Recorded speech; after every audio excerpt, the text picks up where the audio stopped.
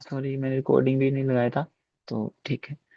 तो एक और विश्वास का, फर्म फेथ का मीनिंग है कि भगवान के ऊपर पूरा विश्वास होना, और ये विश्वास होना कि अगर मैं केवल भक्ति करूंगा तो उससे मेरी जो दूसरों के प्रति ऑब्लिगेशंस हैं, चाहे मेरे परिवार के प्रति हो, या देवी देवताओं के प्रति हो, या और लोगों के प्रति हो, जो ऑब्लिगेशंस हैं, वो ऑब्लिगेशन से हम मुक्त हो जाते हैं।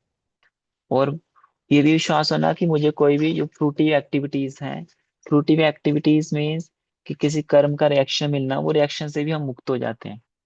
ये भी विश्वास होना।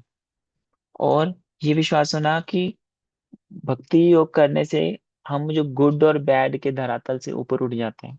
यानी कि जो गुड बैड और जो भी ड्युअलिटीज हैं लाइफ में, हैप्पीनेस डिस्ट्रेस, उन ड्युअलिटी से हम ऊपर उठ जाते हैं भाई भक्ति योग। इस चीज का फर्म फेथ होना। और व्यवसायत्मक बुद्धि के कारण और क्या होता है कि मटेरियल लाइफ के प्रति एक स्वाभाविक जो भोग करने की वृत्ति होती है वो कम होती है। यानी कि एक रिनंसिएशन की भावना हृदय में आती है।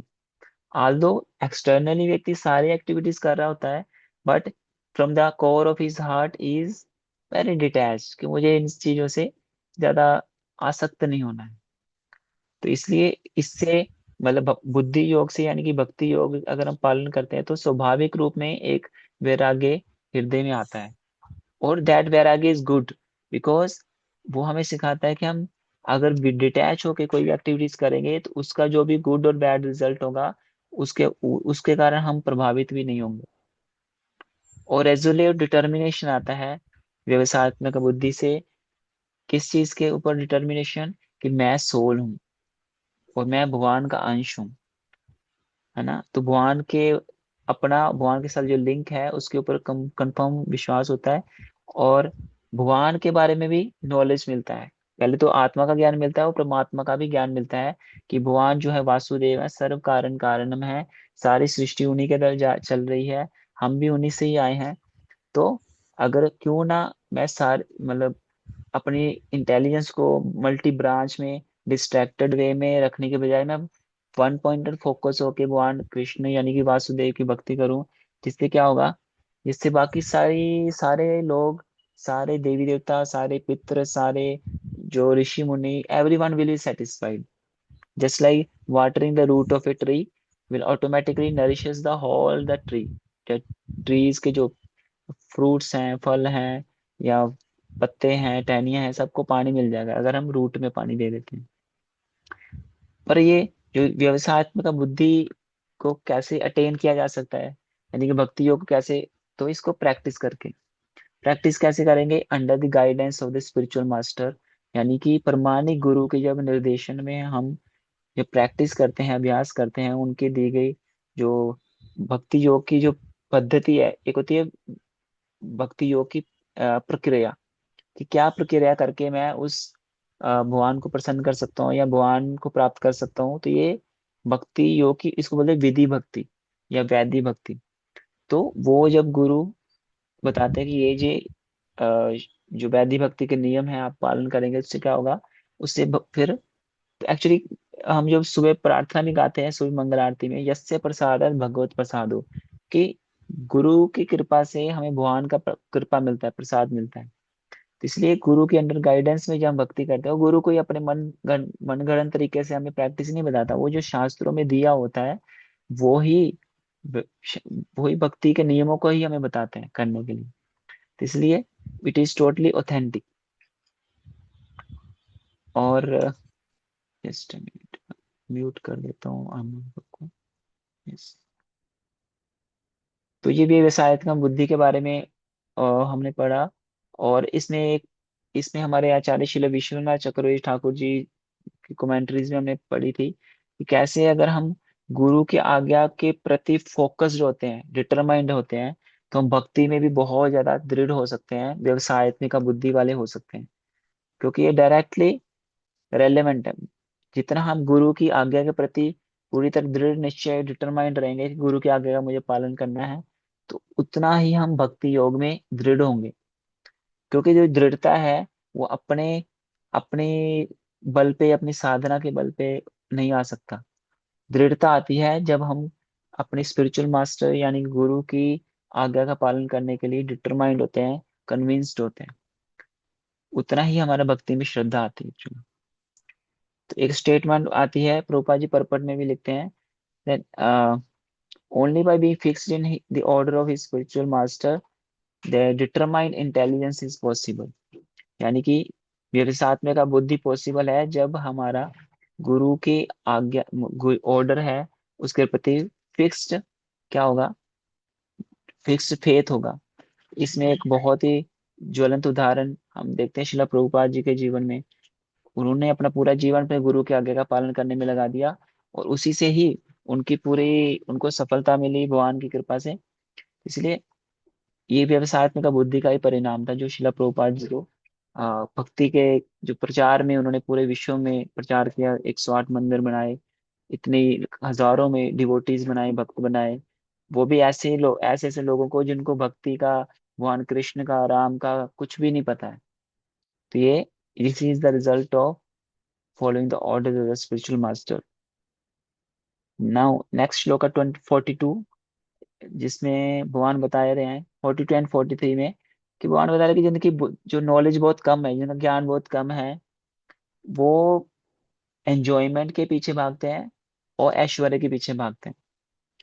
और वो वेदों को भी इसलिए फॉलो करते हैं ताकि उनको वेदों के जो कर्मकांड सेक्शन उसको फॉलो करके उनको क्या मिले, एंजॉयमेंट मिले, भोग मिले और ऐश्वर्य मिले। तो 42 श्लोक है। और एक्चुअली देखा जाए तो वेदास में जो जो ये सेक्शन दिया होता है कि आप ये यज्ञ करो आपको ये फायदा होगा, ये वाले अनुष्ठान पालन करो आपकी ये भौतिक इच्छा पूरी हो जाएगी। तो वेदों में ये वर्ल्डली बेनिफिट्स देने के लिए क्यों एक लालच दिया गया है? तो एक्चुअली उन लोगों के लिए है जो अभी नास्तिक है, जिनका अभी शास्त्रों में या भगवान में कुछ ज्यादा विश्वास नहीं है। उन लोगों को अट्रैक्ट करने के लिए ऐसे कर्मकांड सेक्शंस का प्रावधान दिया हुआ है, ताकि एटलीस्ट उनको लगे कि मेरे काम की चीज मुझे वेदों से मिल जाएगी, शास्त्रों से मिल जाएगी। इसलिए कर्मकांड उन लोगों के लिए जो नास्तिक है। बट कर्मकांड एक प्रिलिमिनरी लेवल के लोगों के लिए है जो कि अभी नास्तिक है, बस उनको एक वेदों के परव्यू में, बाउंड्री में लाने के लिए कर्मकांड सेक्शन है। बट केवल कर्मकांड सेक्शन को ही लाइफ लॉन्ग फॉलो करते रहना ये बहुत बुद्धिमानी वाली बात नहीं है। क्योंकि कर्मकांड सेक्शन एक्शन रिएक्शंस के ऊपर काम कर रहा है कि आपकी ये एक्शन, ये विधि विधान फॉलो करोगे although according to the shastras, but आपको ये रिजल्ट मिलेगा, आपकी मन चाहे इच्छा पूरी हो जाएगी। आपको अच्छी फसल चाहिए तो ये वाली देवी देवता की पूजा करो, आपको अच्छा हेल्थ चाहिए सूर्य देवता की पूजा करो, अच्छी वेल्थ चाहिए लक्ष्मी जी की पूजा करो, अच्छी नॉलेज चाहिए सरस्वती जी की पूजा कीजिए। तो इसको बोलते हैं मीमांसा, कोई ना कोई भौतिक इच्छा होना, तो इसको मीमांसवादी बोलते हैं। तो इसलिए इनकी जो बुद्धि है बहुत ही कम है, क्योंकि ये किसी भौतिक लाभ के लिए, छोटी मोटी चीजों के लिए प्रयास करते हैं। बट अगर सच में कोई वेदों को पढ़ के उसके डीपर मीनिंग को समझेगा, उसको समझ में आएगा कि अल्टीमेटली कर्म कांड सेक्शन में जो चीजें बताई गई हैं ये बहुत ही एक प्रिलिमिनरी लेवल के लिए है। हायर लेवल क्या है कि हमें एक्चुअली भौतिक विचारधारणा से ऊपर उठ के हमें भगवान की प्राप्ति करनी चाहिए। भगवान की मतलब शुरू में तो हमें ज्ञान मार्ग फॉलो करना है। ज्ञान मार्ग मतलब detachment from material activities. But ultimately ज्ञान मार्ग से भी ऊपर है भक्ति योग, यानी कि ज्ञान योग से भी ऊपर है भक्ति योग। क्योंकि भक्ति योग में हम भगवान को टारगेट करके, भगवान को as a goal of life मान के हम भक्ति की प्रैक्टिसेस करते हैं, जिसमें भगवान का नाम जप आता है, शास्त्र पढ़ना आता है, और भी भगवान की वर्शिप करना आता है, सब चीजें आ जाती हैं। तो इससे हम स्वाभाविक रूप में हमारा भौतिक कार्यकलापों में हमारा अटैचमेंट कम होता है, ज्ञान भी अपने आप आता है, और भगवान के प्रति आसक्ति बढ़ती है, और हमारे जो भी बैड हैबिट्स, बैड संस्कार, बैड प्रवृत्तियां सारी नष्ट होती हैं। इसलिए जो मीमांस होते हैं, जो कर्मकांड फॉलो करने वाले होते हैं, वो ऐसे ही लोग हैं जैसे, एक्चुअली क्या है, सारे जो वैदिक शास्त्र है इनको बोला गया है कि जैसे आम के पेड़ का फल, आम का पेड़, तो आम के पेड़ पे पत्ते भी होते हैं, है ना। आम कच्चा आम भी होता है, फिर वो पकता भी है। उसी तरह से जो पूरा वैदिक शास्त्र है, वेद है, वेदों को बोला गया है ये जो पेड़, आम का पेड़, और जो उसमें अलग अलग सेक्शंस दिए हुए हैं जिसमें आ, उपनिषद भी हैं, उसमें ब्राह्मण है, अरण्यक है, कई अलग अलग क्या है ब्रांचेस है वेदा में। तो जो उपनिषद है उसको कंपेयर करेंगे तो वो कच्चा आम है। पर जो शास्त्र भागवतम या भगवद गीता है, ये कोई क्रक्स और एसेंस ऑफ पूरे वेदों का क्रक्स है। इसको बोल सकते हैं मीठा आम, पका हुआ आम। जैसे कि भागवतम को बोला गया है निगम कल्पतरो और गलितम फलम। प्रभु, यस। क्रक्स मतलब क्या हुआ? क्रक्स मतलब इसेंस, सार। ठीक है। और एक और कौन था प्रभु जी? आप स्क्रीन शेयर कर सकते हैं क्या श्लोक पढ़ने के लिए? कौन सा? आप स्क्रीन शेयर कर सकते हैं, हम भी श्लोक पढ़ सकते हैं फिर। जो मैं श्लोक पढ़ रहा हूँ? जी। हाँ हाँ, श्योर श्योर। अभी तो मैं, एक मिनट, जस्ट अभी तो मैं उसको एक्सप्लेन कर रहा हूँ। श्लोका जब आएगा तब मैं शेयर करता हूँ। ठीक है। तो अभी हम जो भगवत गीता आपके पास है अमन प्रभु, अब उसको खोल सकते हैं, मैं उसी से ही एक्सप्लेन करता हूँ उसके पर्पस से, मैं ट्रांसलेशन अभी से। लाइब्रेरी में था। अभी मैं हाँ। लाइब्रेरी में था तो मैं क्लास ओके ले रहा ओके। हूँ। Okay okay okay. ठीक है। तो मैं शेयर करता हूँ, कोई दिक्कत नहीं है। Just minute. तो जस्ट ये पॉइंट मैं क्लियर कंप्लीट कर देता हूँ कि जो वेद हैं, वेद पूरे कंप्लीट वेदों को बोला गया है। जैसे कि पूरा जैसे आम का पेड़ है, और जो उसके पत्ते हैं या टहनियां हैं, वो आम के पेड़ के अलग अलग जो सेक्शंस हैं, वही वेदों के अलग अलग ब्रांचेस के समान है। जिसमें किसी में कर्म कांड है, किसी में ज्ञान कांड है, किसी में उपासना कांड है, किसी में भक्ति योग के बारे में भी दिया हुआ है। ऐसे डिफरेंट डिफरेंट ब्रांचेस हैं। तो उसमें भी जो एक कच्चा आम का फल है उसको कंपेयर किया गया है, जो कि उपनिषद। उपनिषद क्या है, वो भी सार है शास्त्रों का, बट वो भी थोड़ा कोडिंग फॉर्म में है, इतना इजी नहीं है लेमैन को समझना। बट उपनिषदों का भी अगर सार बोला जाए तो वो आता है पुराण, और उसमें भी जो सबसे श्रेष्ठ अमल पुराण है वो श्रीमद् भागवतम। इसलिए श्रीमद् भागवतम जो कि सब सारों का भी सार है, सारे वेदों का सार उपनिषद, उपनिषदों का सार श्रीमद् भागवतम। और इसलिए उस सार को बोला गया है पका हुआ आम। और उसका क्या है, पके हुए आम को हम रैलिश कर सकते हैं, कच्चे आम को या पेड़ के फूल को, उसको हम ज्यादा रैलिश नहीं कर सकते। पर जो मीमांसक यानी कि जो कर्मकांड फॉलो करने वाले व्यक्ति होते हैं, वो ऐसे हैं जैसे कि पेड़ के इस फूल को ही सूंघ रहे हैं, या फिर जो जो आम की जो सुगंध है उस सुगंध में बस रम रहे हैं अभी तक। इसलिए गीता, जो भगवत गीता में भगवान उसको डिस्करेज कर रहे हैं। ठीक है। तो मैं आपको स्क्रीन शेयर करता हूँ। Just a minute.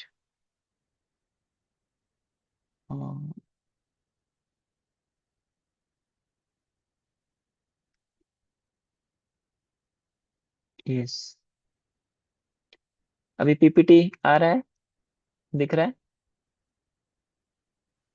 जी दिख रहा है। हाँ, तो अभी हम 42 श्लोका पे और 43 श्लोक पढ़ेंगे। यामिमां पुष्पितां वाचं प्रवदन्त्यविपश्चितः वेदवादरता पार्थ नान्यदस्तीति वादिनः कामात्मानः स्वर्गपरा जन्म कर्म फलप्रदां क्रिया विशेष बहुलां भोगैश्वर्य गतिं प्रति।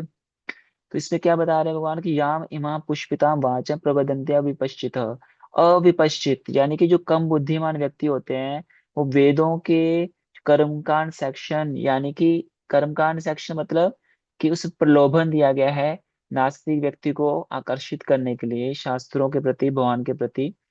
तो क्यों आकर्षित करने के लिए? क्योंकि उसका भी बिल्कुल भी शास्त्रों में रुचि नहीं है, या शास्त्रों में विश्वास नहीं, क्योंकि वो नास्तिक है।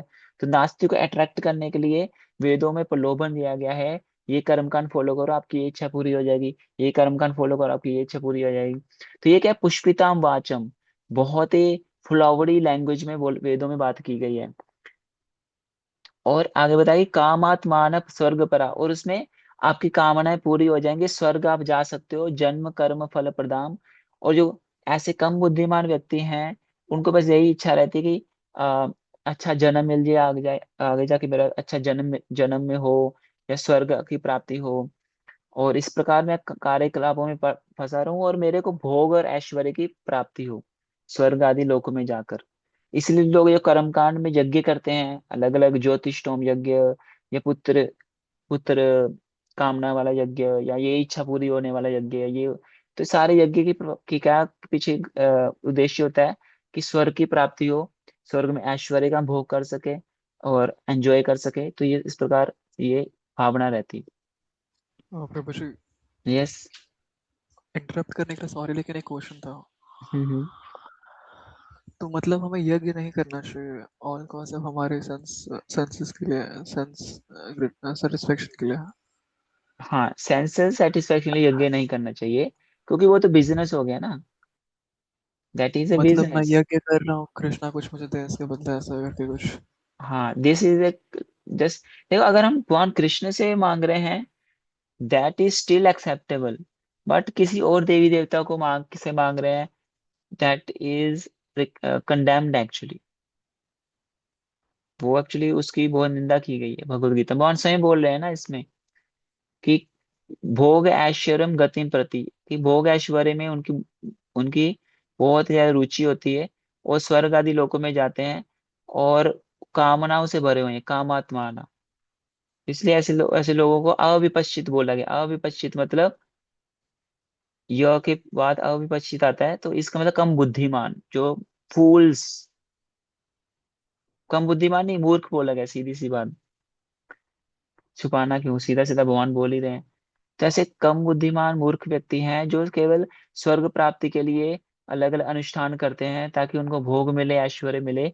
इसलिए अर्जुन, तुम वेदों की ये जो ऐसी बातें हैं ना, पुष्पिताम यानी कि फूलों जैसी बातें हैं, वाचम बातें हैं जो, इनसे तुम बचो, इससे तुम प्रभावित मत हो। ठीक है, आगे बढ़ते हैं। तो इसमें भगवान जो मैंने बताया वही प्रभुपाद जी परपट में भी, इस श्लोक के परपट में भी यही बता रहे हैं कि जो कर्मकांड सेक्शन है वो जो है वो अपनी किसी देवी देवता की पूजा करना ताकि मेरी भौतिक इच्छाओं की पूर्ति हो जाए, है ना, कुछ मुझे टेम्पररी फ्रूट मिल जाए उस चीज का, कुछ मुझे मेरे पुत्र को प्राप्त, मेरे को संतान नहीं संतान मिल जाए, अच्छी हेल्थ मिल जाए, पावर मिल जाए, या फिर अच्छा पैसा मिल जाए, लंबी आयु हो जाए, अच्छी मेरी फसल हो जाए, है ना, या मुझे स्वर्ग आदि लोकों में एंजॉयमेंट मिल जाए। तो ये सारी जो इच्छाओं की पूर्ति के लिए क्या करना, कर्मकांड सेक्शन को फॉलो करना, ये क्या है, मूर्खता है एक्चुअली। भगवान सीधा सीधा इसमें अर्जुन को बोल रहे हैं। इसलिए भगवान बोले कि इस बुद्धि से ऊपर उठो, यानी कि भौतिक इच्छाओं की पूर्ति से जो मतलब जो भौतिक इच्छाओं की जो लाभ की जो मेंटेलिटी है, यानी कि कर्मकांड मेंटेलिटी से ऊपर उठो। केवल भौतिक लाभ के लिए कर्म मत करो, अपने ड्यूटीफुली कर्म करो, युद्ध करना एज ए ड्यूटीफुली करो, ना कि भौतिक कामनाओं के लिए।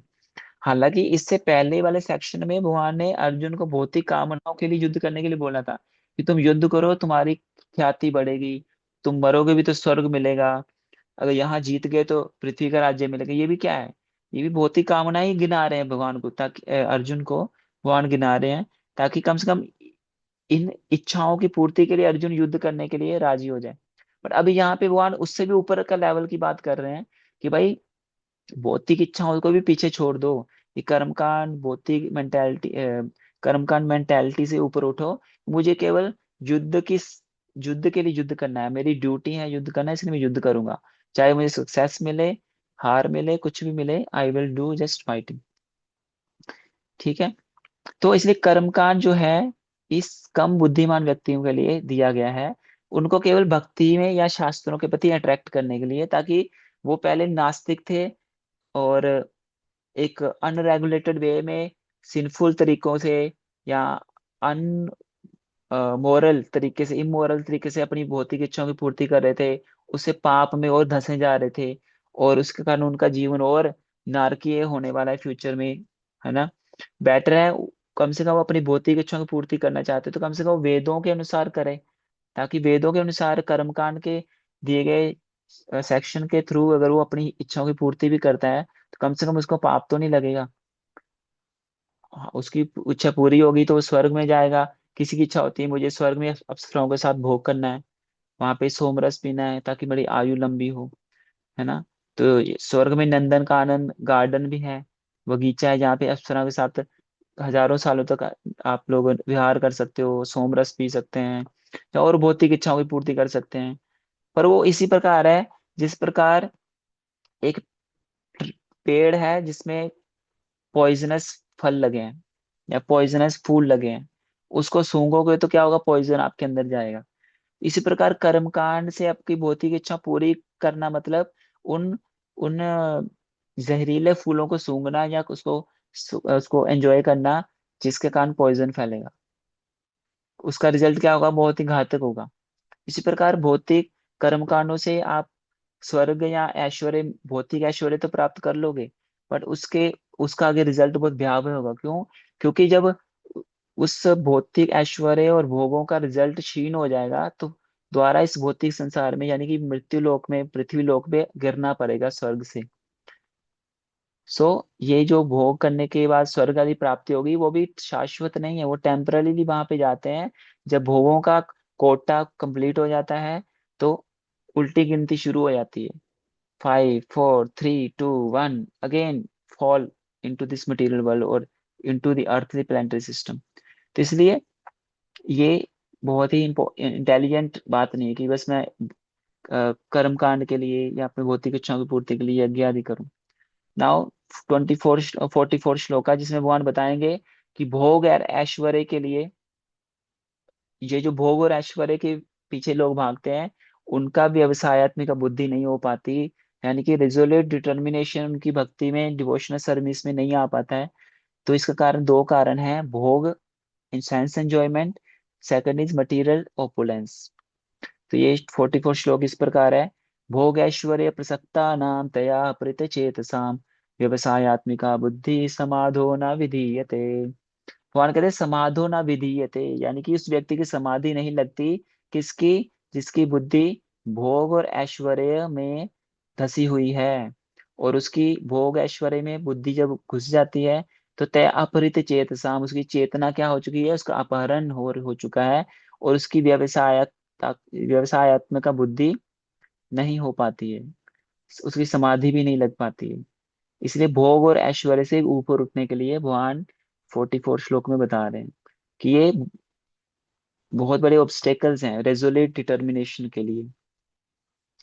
तो इसमें इसको अगर थोड़ा एनालाइज करके देखेंगे तो जो इसकी बुद्धि सेंस ग्रेटिफिकेशन यानी कि भोग में होती है या फिर ओपुलेंस में होती है यानी कि ऐश्वर्य में होती है, उनकी समाधि नहीं लग पाती है।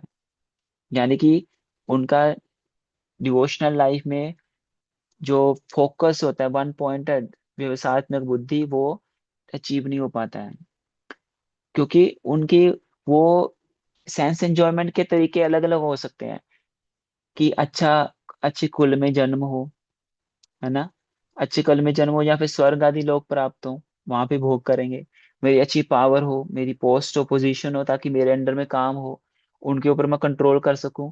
कंट्रोल के कारण क्या होगा, मुझे अच्छा लगेगा, मेरी इंद्रियों की तृप्ति होगी, मेरी ओपुलेंस होगी उसमें, और मैं स्त्रियों का भोग कर सकूं, मेरे अच्छा विवाह हो या अच्छी स्वर्ग की स्त्रियों को प्राप्त कर सकूं कर्मकांड के। क्योंकि लोगों का स्वर्ग आदि जाने का क्या उद्देश्य होता है कि यहाँ पे मैं देखो थोड़ी बहुत एक कर्मकांड अनुष्ठान पालन करूंगा जिससे क्या होगा, मुझे पुण्य मिलेगा, उस पुण्य के बल पे मैं जाऊंगा स्वर्ग में। स्वर्ग में मेरी आयु भी लंबी होगी और ज्यादा लंबे समय तक मैं भोग कर सकता हूँ, ऐश्वर्य का आनंद ले सकता हूँ, सोमरस पी सकता हूँ, और बीमारी से मुक्त एक स्वस्थ शरीर से मैं हजारों हजारों साल तक एंजॉय कर सकता हूँ। तो बट उनको मूर्खों को ये नहीं पता वहां पे भी शाश्वत जीवन नहीं है, वहां पे लंबे काल तक समय जरूर है बट फिर भी शाश्वत नहीं है, वहां पे भी मृत्यु तो आती ही है। वहां पे सोमरस मिल जाएगा, आयु लंबी हो जाएगी, शरीर स्वस्थ हो जाएगा, but still that is temporary. और ऐसी बुद्धि वाला व्यक्ति का resolute determination in devotional service does not take place. क्यों? क्योंकि उसकी बुद्धि जो है वो bewilder हो चुकी है। क्यों? क्योंकि उसके मन किससे अटैच है, सेंस एंजॉयमेंट में और मटेरियल ओपुलेंस में, यानी कि भोग एंड ऐश्वर्य में। ये 42 एंड 43 या 44 श्लोक का एक समरी है। एंड अगेन थोड़ा इसको और समराइज करते हैं कि शास्त्रों में कर्म कांड दिया है, ज्ञान कांड दिया है और उपासना कांड दिया है। कर्म कांड तो सिंपल यही है कि मुझे भौतिक खुशी के लिए, भौतिक इच्छाओं की पूर्ति के लिए मैं काम कर रहा हूँ, और इसको कर्म कांड बोलेंगे। उससे स्वर्ग आदि मिल जाएगा ज्यादा से ज्यादा, उसके लिए। ज्ञान कांड मतलब ज्ञान विकसित करना कि मैं शरीर नहीं हूँ, मैं आत्मा हूँ, और आत्मा और शरीर के बीच में क्या डिफरेंस है उसको एनालाइज करना, और go for the betterment of आत्मा, आत्मा के लिए क्या अच्छा है उसके लिए प्रयास करना, और ज्ञान को विकसित करना। और उपासना कांड में भगवान या फिर अलग अलग देवी देवताओं की उपासना करना, ताकि मेरी I get some material benefits, उसमें भी मटेरियल बेनिफिट्स ही होते हैं कि मेरी इच्छाओं की पूर्ति हो जाए, ये हो जाए, वो हो जाए। तो ये उपासना कांड में मोटा मोटा यही होता है। तो भगवान इनसे ऊपर उठने के लिए बोल रहे हैं कि कर्म कांड, ज्ञान कांड, उपासना कांड से ऊपर उठो अर्जुन। तो ये देखो नेक्स्ट श्लोक 45 श्लोक में भगवान यही बोल रहे हैं कि ये Arjun, rise above the three modes, तीनों मोड्स यानी कि तीन मोड क्या है, सतोगुण रजोगुण तमोगुण से ऊपर उठो, और डुअलिटी से ऊपर उठो। इससे क्या होगा, तुम जो गेन एंड सेफ्टी के जो टेंशन से ऊपर उठ जाओगे, और अपनी आत्मा के, यानी कि you will be establish in the self, अपनी आत्मा के ज्ञान में स्थित हो जाओगे। तो भगवान बोल रहे हैं कि इस भौतिक शरीर से संबंधित सुख दुख लाभ हानि या एंजॉयमेंट या फिर ऐश्वर्य, यानी कि भोग ऐश्वर्य से भी ऊपर उठने के लिए भगवान बोल रहे हैं 45 श्लोक में।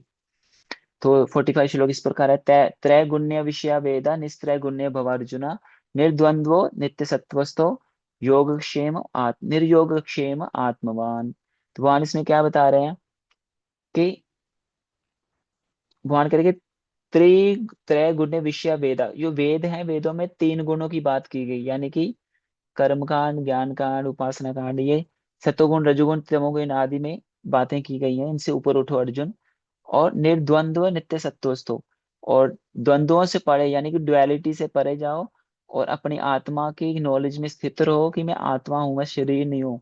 इसलिए शरीर के धरातल से, प्लेटफॉर्म से ऊपर उठ के अपनी ड्यूटी पे स्थित हो, और अपनी कर्मों को, यानी कि अपने कार्य को, युद्ध है और या युद्ध का रिजल्ट है, उस दोनों को मेरे को अर्पण करो। तो ये भगवान अल्टीमेटली इस श्लोक में बताएंगे। इसको और थोड़ा डिटेल में समझते हैं। तो इसमें भगवान अर्जुन को प्रोत्साहित कर रहे हैं कि तुम धर्म, क्योंकि जो वेद हैं, वेदों में धर्म अर्थ काम मोक्ष की बात की गई है ना। धर्म अर्थ काम मोक्ष क्या है, धर्म है कुछ वही कर्म कांड सेक्शन इज धर्म, उसको पालन करेंगे तो क्या होगा, व्यक्ति को अर्थ मिलेगा, पैसा मिलेगा, कुछ ना कुछ पुण्य मिलेगा, तो अर्थ भी आता है लाइफ में। अर्थ होगा तो अर्थ से क्या व्यक्ति क्या करता है, अपनी कामनाओं की पूर्ति करता है, काम मिलेगा, और काम की पूर्ति को करते करते करते करते जब पक जाएगा, थक जाएगा, यार बहुत होगी एंजॉयमेंट, थोड़ा थोड़ा विरक्त भी होना चाहिए, तो फिर वो मोक्ष के लिए आगे उसकी इच्छा होगी। बट भगवान कहता है कि इन चारों को क्यों ऐसे बाय मतलब स्टेप बाय स्टेप क्यों जा रहे हो, डायरेक्टली मेरे पास आओ ना भक्ति योग करके, डायरेक्ट भक्ति योग का सहारा लेके तुम इन धर्म अर्थ काम मोक्ष के झंझट से बाहर निकल सकते हो। क्योंकि ये धर्म अर्थ काम जो है, ये तीनों गुणों में आता है, सतोगुण रजोगुण तमोगुण में। और सतोगुण रजोगुण तमोगुण में जो एक्टिविटीज होती हैं, उसके कारण फिर आगे रिएक्शंस हमें मिलता है। अगर हम इन तीनों एक्टिविटी से ऊपर उठ जाते हैं, सतोगुण रजोगुण तमोगुण से, तो हम भक्ति योग में स्थित हो जाते हैं। और भक्ति योग में जब स्थित होते हैं, फिर हमें कोई भी एक्शन का रिएक्शन भोगना नहीं पड़ता है। तो ये भगवान अर्जुन को प्रोत्साहित कर रहे हैं। और यस, तो इसमें भगवान ये भी, ये भगव- भगवत गीता के फर्स्ट चैप्टर में जैसे हमने 5 कारण डिस्कस किए थे, भगवान अर्जुन को बोला कि फाइट करने के लिए। तो उसमें एक कारण था कि भगवान कह रहे थे कि अर्जुन ने जो कारण दिया, एक था कि डिस्ट्रक्शन ऑफ फैमिली ट्रेडिशन, कि अर्जुन ने कारण बताया कि मैं युद्ध क्यों नहीं करूंगा, क्योंकि इससे मेरी फैमिली मेंबर्स मारे जाएंगे, आगे कुल का जो पिंडदान आदि कौन करेगा, तो इसलिए फैमिली में कुल पिंडदान की परंपरा रुक जाएगी। तो ये अर्जुन का एक मतलब डाउट था। तो भगवान इस वाले सेक्शन में ये भी बता रहे हैं कि भाई उससे भी टेंशन मत लो, भक्ति जो करते रहोगे तो ये सब तुम्हें जो परिवार कुल का नाश होगा, इससे भी ऊपर उठ जाओगे, क्योंकि उससे उससे भी तुम्हें भक्ति योग से उसका लाभ भी मिल जाएगा। अगर तुम मेरे लिए कर्म करोगे तो कर्म नहीं, वो भक्ति बन जाएगा। उस भक्ति के बल से तुम्हें जो कुल का नाश होगा उसका भी कोई रिएक्शन नहीं मिलेगा अर्जुन। तो अल्टीमेटली भगवान अर्जुन को कृष्णा कॉन्शियसनेस में फुली एंगेज होने के लिए बोल रहे हैं, और इससे उसको कोई रिएक्शन नहीं मिलेगा। तो ये वैदिक नॉलेज का पूरा समरी है, आप इसका स्क्रीनशॉट ले सकते हैं। ये पूरा वेदों में क्या क्या ज्ञान होता है ये बताया गया है एक्चुअली। नहीं तो मैं शेयर भी कर दूंगा ग्रुप में ये सब। ठीक है, तो अभी यहीं पे विराम देते हैं। नेक्स्ट हम 46 श्लोक से शुरू करेंगे। किसी का कोई क्वेश्चन है तो पूछ सकते हैं। क्वेश्चन है कोई?